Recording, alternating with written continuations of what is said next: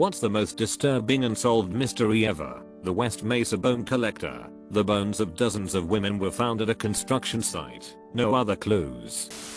The disappearance of Brandon Swanson. During the early morning hours of May 14, 2008, 19-year-old Brandon Swanson disappeared under mysterious circumstances from a rural area northeast of Marshall in southwestern Minnesota. Numerous searches have been conducted of the area and bodies of water surrounding the location where Brandon's car was found. After nearly 3 years, those searches have yet to find any physical evidence of what may have happened to Brandon. With no body and very little evidence, it is impossible to know what happened to Brandon, leaving every possibility open for speculation. Technically not unsolved, since everyone can guess what happened to her, but it's one of the creepiest in my opinion. Alyssa Turney was a teenager who disappeared in 2001. Her stepfather, Michael Turney, was obsessed with her. He stalked her at work, put cameras in the vents to spy on her, and made her sign contracts to say he never molested her. Michael picked her up from school early on May 17, 2001, and she's never been seen since. Her half-sister, Sarah Turney, has an amazing podcast called Voices for Justice which explains the case in detail, and because of her Michael Turney was arrested in August 2020.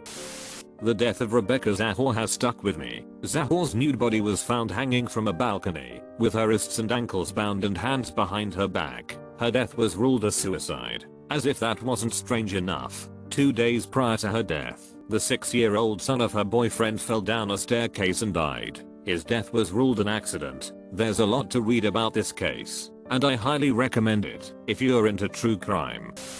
The case of Adam immediately came to mind. Unidentified male child whose torso was discovered in the River Thames in London, United Kingdom, on the 21st of September 2001. Dubbed Adam by police officers, the unidentified remains belonged to a black male, around 4 to 8 years old, who had been wearing orange girls' shorts. The post-mortem showed that Adam had been poisoned. His throat had been slit to drain the blood from his body, and his head and limbs had been expertly removed. Investigators believe the child was likely from southwestern Nigeria, and that several days before his murder, he was trafficked to the United Kingdom for a muti ritual sacrifice. To date, nobody has been charged with Adam's murder, and his true identity remains unknown.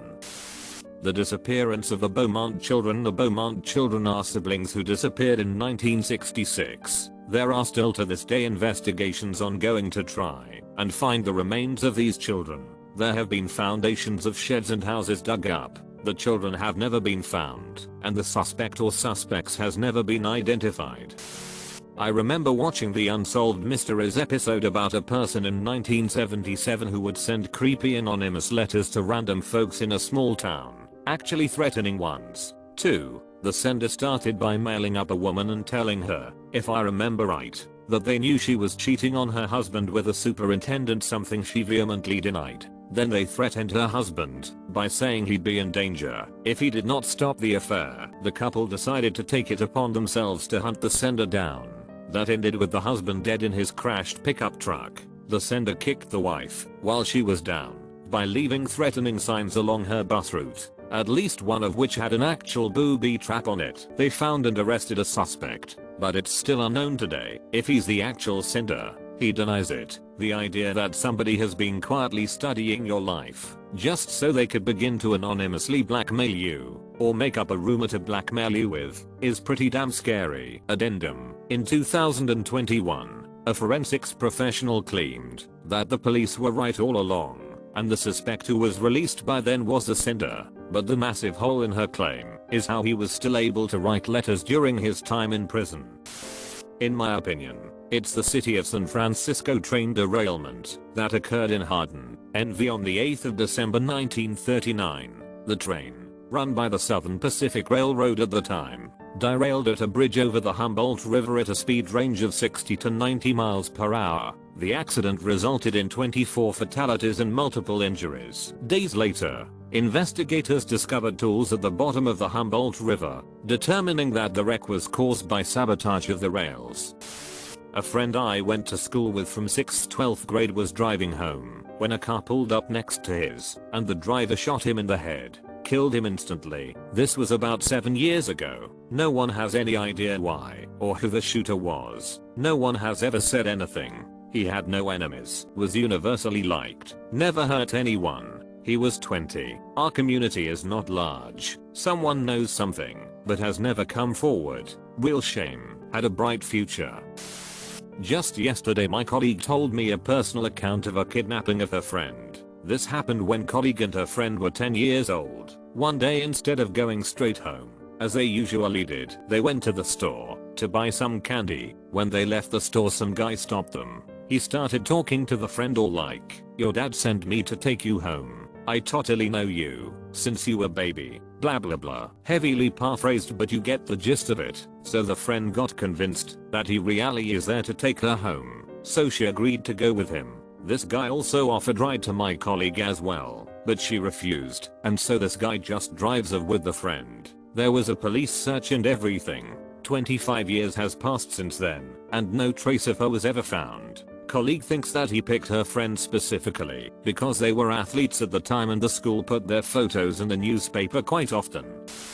Jessica Chambers. She was set on fire in her car and had gasoline poured down her throat. Paramedics found her walking down the lane on fire. The only part of her body that wasn't burned was the bottom of her feet. She did not survive. Police found a suspect, but did not have enough evidence to charge him.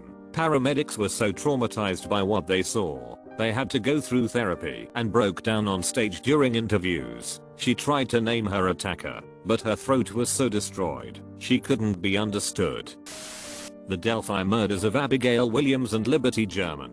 Two teenage girls hiking on a trail in Delphi, Indiana, walking across a bridge. One of them spots a creepy guy following them on the bridge and even films it. There's audio recording of suspected bridge guy ordering them to go down the hill. They were murdered and found not far from the bridge they were on. That was years ago, and the murder is nowhere closer to being solved. Even with video of the suspect, the bridge guy. There's been new developments in the last year or two where people thought it might be some guy, but he got ruled out. Now it's a father/son suspect situation right now, and people seem to be holding out hope it's them. I personally don't think it is, but in any case, it's been years now. Doesn't look to be solved anytime soon. Very sad situation.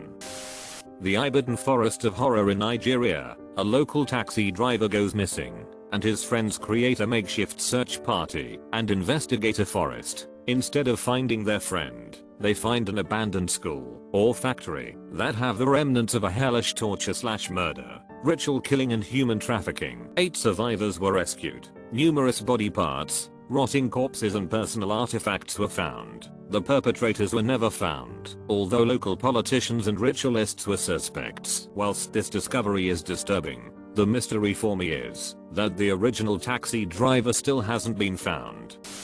Boy in the Box, 1957 Philadelphia. Warning, graphic details. This story just makes me so sad and sticks out to me as a true crime junkie, especially with the recent case of a child being found in a Las Vegas suitcase that is still under investigation.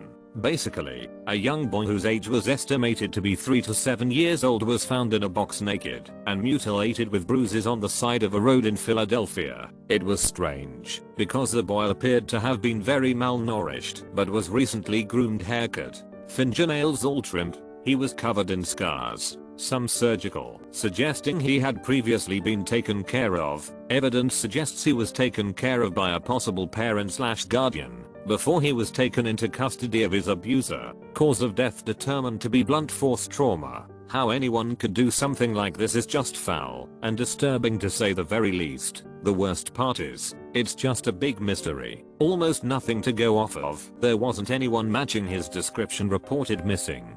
There wasn't any record of this kid. His pure existence was a mystery. Nothing came of the case. Even all these years later, there were some leads, but they didn't result to much, despite heavy media coverage and a search to find who this boy was. Some theories include that his parents did this to him, which would explain why he was previously in good condition. Then they never reported him missing after they killed him. And back then it was easier to not have record of a child that probably wasn't born in a hospital, that he was a victim of trafficking. The cleaning and grooming of him before he was dumped wasn't to pay some sort of respect to him, but to remove of evidence that might have been on his body, or any defining features like his hair. What happened to him? And who did this? Why the box? Why was he kept malnourished but haphazardly groomed before being dumped on the side of the road? Who is he?